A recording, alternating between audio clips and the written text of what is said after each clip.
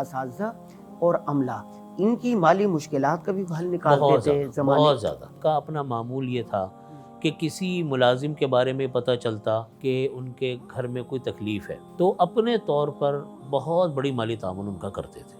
فرما رہے تھے کہ جب اللہ تعالیٰ کسی بندے سے محبت کرتے ہیں تو اس کی محبت اللہ تعالیٰ مخلوق کے دلوں میں ڈالتے ہیں۔ ایران سے لوگ آئے، کویت سے لڑکی مجھے کویت سے آئے، دبئی سے آئے، کہاں سے نہیں لوگ جنازے میں پہنچ گئے، اور پورے پاکستان کے تمام شہروں سے لوگ آئے۔ اللہ تعالیٰ نے ان کو ہمیشہ شان سے رکھا، رخصت بھی شان سے کیا، شان سے رخصت ہوئے۔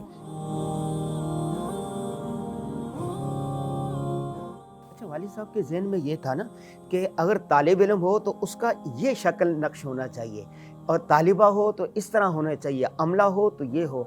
دارالعلوم کراچی کو کہاں دیکھنا چاہتے تھے؟ مزید ان کے ذہن میں ایک ویژن، ایک مشن تھا نا، کبھی آپ سے تبادلہ خیال کیا ہو کہ دارالعلوم کو میں اس سطح تک لے جانا چاہتا ہوں؟ ہمیشہ ہم سے یہ بات فرماتے تھے اساتذہ کی موجودگی میں اور ملازمین کی موجودگی میں کہ دیکھو یہ ہماری ایک چھوٹی سی ریاست ہے، چھوٹی سی جگہ ہے، چھوٹی سی ریاست ہے، ایک ریاست ہے۔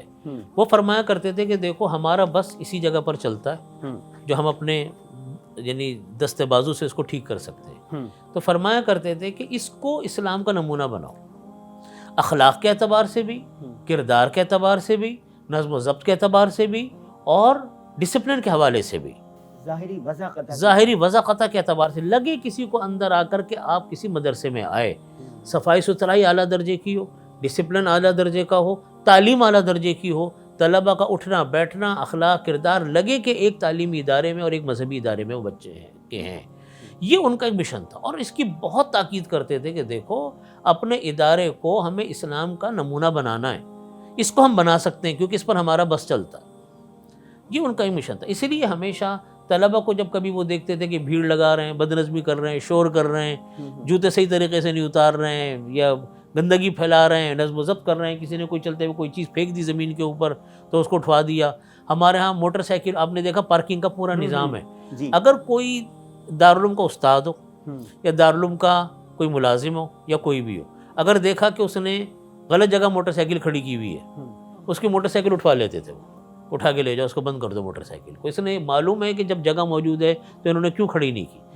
بعد میں دے دیتے تھے ان کو ذرا سی سرزنش کے بعد، لیکن ان معاملات کے اندر وہ بڑی تربیت فرماتے تھے۔ اساتذہ اور عملہ ان کی مالی مشکلات کا بھی حل نکالتے تھے زمانے؟ بہت زیادہ۔ دیکھیں اپنے زمانے میں انہوں نے، یہ ہمارے مدرسوں کے ماحول میں پہلی مرتبہ ہوا، ایک تو ان کا اپنا معمول یہ تھا کہ کسی ملازم کے بارے میں پتہ چلتا کہ ان کے گھر میں کوئی تکلیف ہے، یا کسی کے گھر میں کوئی شادی بیاہ کا مسئلہ ہے اور ان کو کوئی پیسوں کے مسائل ہیں، تو اپنے طور پر بہت بڑی مالی تعاون ان کا کرتے تھے۔ اور کسی کو کانوں کان خبر نہیں ہوتی، پتہ بھی نہیں چلتا تھا۔ بہت سارے لوگوں کو میرے ذریعے بھجواتے تھے کہ بھائی فلانے کے ساتھ مسئلہ ہے تم، پھر جب بیمار رہنے لگے تو میرے پاس ہی پیسے رکھوا دیا کرتے تھے، تم کسی کو دیکھو تو دے دیا کرو۔ خاندان میں بھی والد صاحب کا معمول یہ تھا، اتنا اہتمام والد صاحب کا تھا کہ خاندان میں بھی وہ افراد، خاندانی رشتہ داروں، سسرالی رشتہ داروں، ننہالی ہوں، ددہالی ہوں، انڈیا کے ہوں، یہاں کے ہوں، کہیں کے بھی ہوں، کسی دور دراز کہ ان کو یہ پتہ چل جائے کہ یہ فلاں آدمی تکلیف میں ہے، تو اس کی بہت بڑی اپنے طور پہ جو ہو سکتا تھا اس کی مدد کو پہنچتے تھے۔ اور یہ تو میں عرض کر رہا ہوں انفرادی سطح پہ، اجتماعی سطح پہ ملک کے اندر جو مسائل پیش آئے، مثلا 2005 میں کشمیر کا زلزلہ آپ کو یاد ہوگا کتنا بڑا، یعنی رمضان تھے، والد صاحب تڑپ کے رہ گئے کہ میں کس طرح مدد کروں۔